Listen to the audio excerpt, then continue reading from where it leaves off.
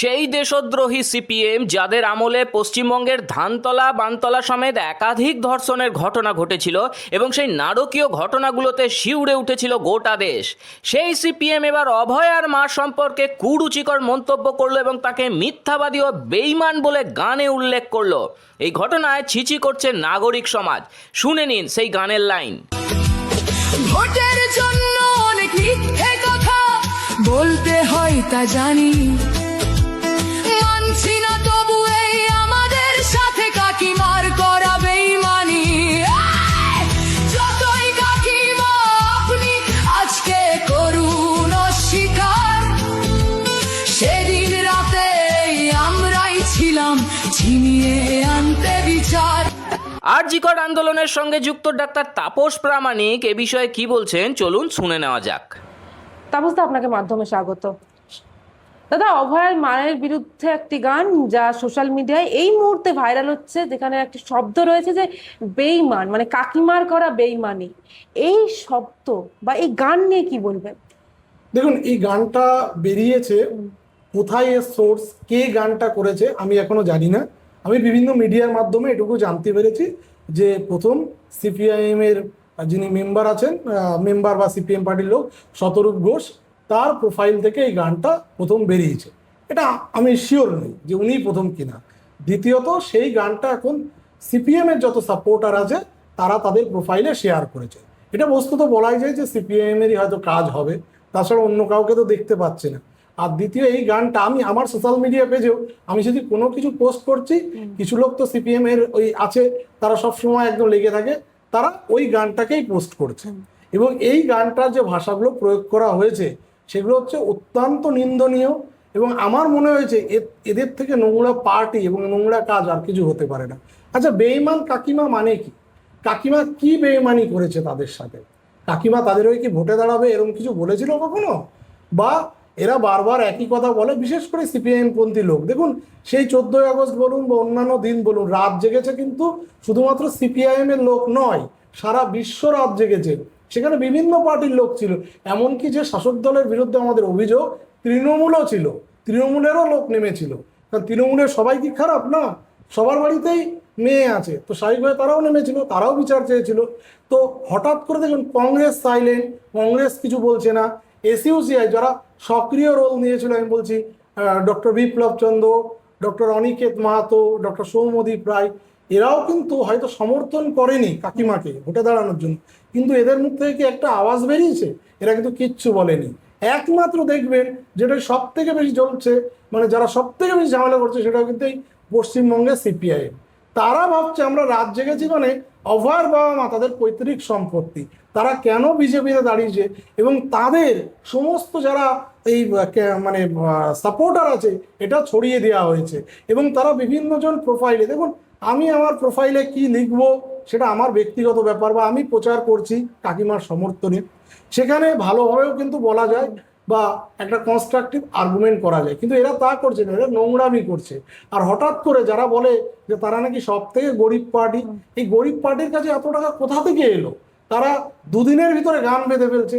এর আগেও কলতান দাশগুপ্ত একটা গান বের করেছে, মোদি তো গিয়েও পারিনি, দুদিনের ভিতর আবার একটা গান বেরোলো।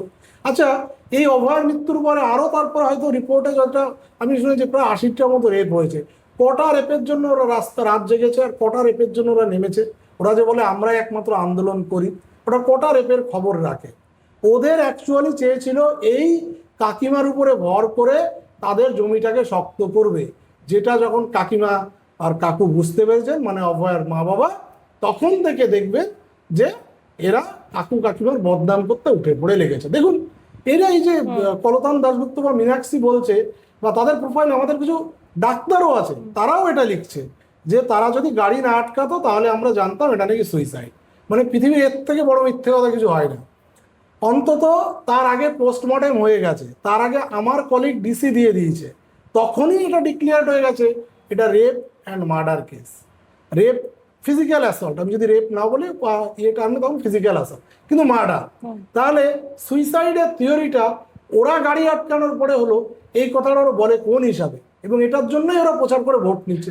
পুরোপুরি একটা মিথ্যার বেসাতি করে কলতান কিন্তু পানিয়াটিতে প্রচার করছে, ভোট নেওয়ার চেষ্টা করছে। দাদা আমরা প্রথম থেকেই দেখছি, যখন থেকেই পানিহাটির বিজেপি প্রার্থী হয়েছেন অভয়ের মা রত্না দেবনাথ, তখন থেকেই ব্যক্তিগত আক্রমণের মুখে উনি পড়ছেন। এই ব্যক্তিগত আক্রমণ কেউ দেখছেন বিষয়টা কেন করা? তৃণমূলের লোক তার গায়ে থুতু ছেটাতে গেছে, তার উপরে আক্রমণ করে গেছে মহিলা। আর সিপিআইএম হচ্ছে এমন, সিপিআইএম এর কিছু কিছু লোকজন, যেমন শতরূপ ঘোষ, ওখানে গিয়ে তীর্থঙ্কর ঘোষকে নিয়ে কিন্তু কিছু বলছে না। তিনি বলছেন আমি কাকিমাকে সম্মান জানিয়ে তারপর অসম্মানটা করছেন। মানে ওনার সবকিছুর ঊর্ধ্বে একটা কথা হলো এই কাকিমাকে নিয়ে। তার কারণটা হচ্ছে 293টা সিটে ওদের মাথা ব্যথা নেই, 293টা হারলে ওরা কষ্ট পাবে না। কিন্তু আমি বলছি ওরা 7 দিন হয়তো আলিমুদ্দিনে শোক পালন করবে যদি কাকিমার কাছে ওরা হারে, এবং হারবে। আমি এটাও বলছি ওরা হারবে, হারার পরেও আলিমুদ্দিনে 7 দিন শোক পালন করবে এই শতরূপ ঘোষান টিম, যারা এইভাবে অপপ্রচার দিনের পর দিন একটা অসহায় নির্যাতিতার মাকে করছে। কই আমি তো সিপিএম এর হয়তো বিরোধিতা করলে, আমি তো তামান্নার মার বিরোধিতা করছি না। ওরা তখন যুক্তি আনবে যে তামান্না তো মারা গেছে ওই সিপিএম করার জন্য। আচ্ছা তামান্নার মা, ঠিক আছে, আমি তার নিয়ে কোনো ক্রিটিসাইজ করবো না। ওই সেম জায়গায় তো হরগোবিন্দ দাস, চন্দন দাস মারা গেছে, তারাও তো সিপিএম করার জন্য মারা গেছে। তাদের তো টিকিট তোমরা দাওনি, তারা কি হিন্দু বলে টিকিটটা দাওনি? এই যে যে দ্বিচারিতা তারা দিনের পর দিন চালিয়ে যাচ্ছে, এই দ্বিচারিতা মানুষ কিন্তু বুঝে গেছে। আর এতে এগুলো করে লাভ হবে না, যতই অপপ্রচার করুক মানুষ। যখনই রত্না দেবনাথ কাকিমা, যে তোরা নাম বলতে আমাকে বারণ করেছে, বারবার ঝামেলা করছে, কেন আমি অভয় বলছি তাই নাম ধরেই বললাম। তিনি যখন যাচ্ছে, এই প্রথমবার দেখবেন যে কোনো একজন ক্যান্ডিডেট গেলে তাকে প্রণাম করছে, জড়িয়ে ধরছে, ক্যান্ডিডেটের চোখে জল, যিনি কাছে আছেন তার চোখে জল। আজ পর্যন্ত ভারতবর্ষের কোন প্রার্থীকে এরকম দেখেছেন? আর দ্বিতীয় একটা কথা বলি, যে উনি এই রকম গরমের ভেতর, আমি বলছি আমি পারবো না, আমার দ্বারা সম্ভব নয়, অন্যান্য ক্যান্ডিডেট তারা যাচ্ছে গাড়িতে, হুটখোলা জিপে, উনি প্রতিটা মানুষের ঘরে ঘরে পৌঁছেছেন হেঁটে হেঁটে। আমি দেখে যখন এলাম তখনও ডিহাইড্রেটেড, তারপরেও উনি বলছেন আমি গাড়িতে উঠবো না, আমি প্রচার করব, আমার এই জোর আমার মেয়ের থেকে। আচ্ছা মার থেকে কি মাসির দরদ বেশি? আমি বলছি যদি আজকে অভয় বেঁচে থাকতো তার মাকেই সাপোর্ট করতো। এই যে শতরূপ ঘোষ বলছে না যে কলতান হচ্ছে অভয়ের দাদা, রত্না দেবনাথ অভয়ের মা নয়, মানে কত বড় ছোট লোক হলে এই ধরনের কথাবার্তাগুলো বলতে পারে এরা। এরা এই ধরনের টার্ম ইউজ করছে, মানে মার থেকে মাসির দরদ যেন বেশি। দাদা এই যে ভাইরাল হওয়া গান, সেখানে আরেকটি লাইন রয়েছে যে বিচারের সেই লড়াই ভুলিয়ে দিয়ে আজ শুধু চাইছে গদি। মানে এই ধরনের কেন? কে গদি চাইছে? গদি তোমরা চাওনি কেন? যখন আন্দোলন করেছো তোমরা তো মমতা ব্যানার্জিকে সরানোর জন্য কখনো একবারও বলেনি, কিন্তু কাকু আর কাকিমা তারা শুরু থেকেই বলেছে এই সরকারকে হাঁটাতে হবে, তবেই একমাত্র আমাদের রাজ্য সুরক্ষিত হবে। ওরা সেই মিশনে নেমেছে। তো গদি চাই নয়, গদি থেকে যে ভদ্রমহিলা এখন আছেন, তাকে ভদ্রমহিলা এখন আর বলা যায় না, যিনি সততার প্রতীক এখন আর বলেন না নিজেকে, তাকে সরানোটাই হচ্ছে মূল উদ্দেশ্য। সেখানে কে বসবে গদিতে সেটা অনেক দূরের কথা, কিন্তু এতদিন ধরে তোমরা কেন চাওনি? তার মানে কি তোমরা চাইছো ওই গদিতে মমতা ব্যানার্জি আবার থাকো? সেটাই তো হচ্ছে আজকে। ওই জন্যই তো তোমরা ভোটে নেমেছো, যে ভোট কেটে তোমরা আবার তৃণমূলকে জেতাবে, এই তো তোমাদের উদ্দেশ্য, এর বাইরে তার উদ্দেশ্য নয়। মমতা ব্যানার্জির আমলে যে দুর্নীতি হয়েছে, শিক্ষা, খাদ্য, স্বাস্থ্য, কোথাও বাকি আছে? তারপরে সেই সরকার কি করে থাকে, তার বিরুদ্ধে তুমি প্রতিবাদ না করে তোমার প্রতিবাদ করছো প্রধান বিরোধী দলের বিরুদ্ধে। এতে লাভ কি হচ্ছে? লাভ হচ্ছে তো শাসক দলের। তার মানে তোমরা চাও শাসক দল থাকো। ওই ইন্ডিয়া অ্যালায়েন্স যে জোট, সেই জোটেরই হয়তো দায়বদ্ধতা তারা নেভাচ্ছে, সেটাই হচ্ছে। দাদা একজন নাগরিক হিসেবে তার ভোটে দাঁড়ানোর অধিকার রয়েছে, সেক্ষেত্রে কেন? দেখুন, একজন প্রথম কথা হচ্ছে যে কোনো মানুষ, ভারতবর্ষের সংবিধান তাকে স্বীকৃতি দেয়, তিনি ভোটে দাঁড়াতে পারেন, তিনি কাকে সাপোর্ট করবেন সেখানে কোনো ভুল নেই। তিনি বিজেপিতে দাঁড়িয়েছেন, তিনি সিপিএমেও দাঁড়াতে পারতেন, সেটা ওনার ব্যক্তিগত চয়েস, সেই নিয়ে কাটাছেড়া করার রাইট পৃথিবীর কারণে, আমি এটুকু মনে করি। আর দ্বিতীয় কথা হচ্ছে আমাকেও বলছে তুমি কেন সাপোর্ট করছো, অনেক যুক্তি বলছে বিজেপি রাজ্যগুলোতে এই হয়েছে ওই হয়েছে তা হয়েছে। আরে কোন পার্টি ধোয়া তুলসী পাতা আছে? সব পার্টিরই কিছু না কিছু খারাপ গুণ আছে, কিছু ভালো গুণ আছে। আমি তার এখন হচ্ছে ফ্যামিলি মেম্বার, তারা আমাকে ফ্যামিলি মেম্বার হিসাবেই ভাবেন। তো সেক্ষেত্রে ফ্যামিলির তারা ডিসিশন নিয়েছেন যে তারা বিজেপিতে যাবেন, তাই আমি বিজেপিকে সাপোর্ট করছি। তারা অন্য কোথাও গেলে আমি সাপোর্ট করতাম। তো সেই জায়গায় দাঁড়িয়ে থেকে ক্রিটিসাইজ করা রাইট কারণে। একেবারে তামান্নার মা ভোটে দাঁড়ালে সমস্যা নেই, অভয়ার মা ভোটে দাঁড়ালে এত সমস্যা। যখন রিজওয়ানুর রহমান মারা গেছিল, রুকমানুর রহমান রিজওয়ানের আরেক দাদা ভাই, অসুবিধা হয়নি। তাপসী মালিকের ক্ষেত্রে অসুবিধা হয়নি। অসুবিধা শুধুমাত্র কার? অভয়ের মায়ের ক্ষেত্রে। তার কারণ কি জানেন তো? কারণ হচ্ছে সিপিএম এর আতঙ্ক ছিল এক সময় মমতা ব্যানার্জি, আর আজকে দেখবেন মমতা ব্যানার্জির আতঙ্ক হয়েছে অভয়ের মা। মমতা ব্যানার্জি যেমন বলে 294টাই আমি মুখ, মানে বাকি লোকগুলোকে ধার করাতে হয় না, তো সেই হিসাবে আমিও বলে ফেলেছিলাম যে তাহলে 294টাই অভয়ের মাই মুখ। এবং এই নর্থ বেঙ্গলে ভোট হয়ে গেল কয়েকদিন আগে 23 তারিখে। আমি বিভিন্ন, এখন তো সোশ্যাল মিডিয়ায় দেখুন সব দেখা যায়, সেখানে দেখছি লেখা বিভিন্ন পেজে যে আমরা ভোট দিয়েছি বিজেপিকে, সেখানে আমরা কাকে দেখেছি? অভয়া আর অভয়ের মাকে, তাদের মুখটা থেকে ভোট দিচ্ছি।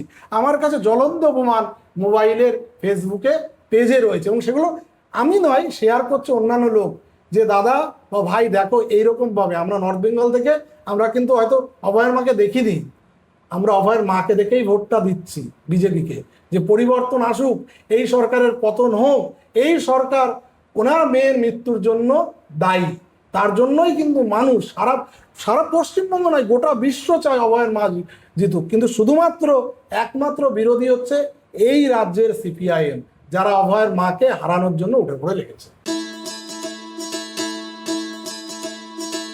गरीबी मिटेगी, समृद्धि बढ़ेगी।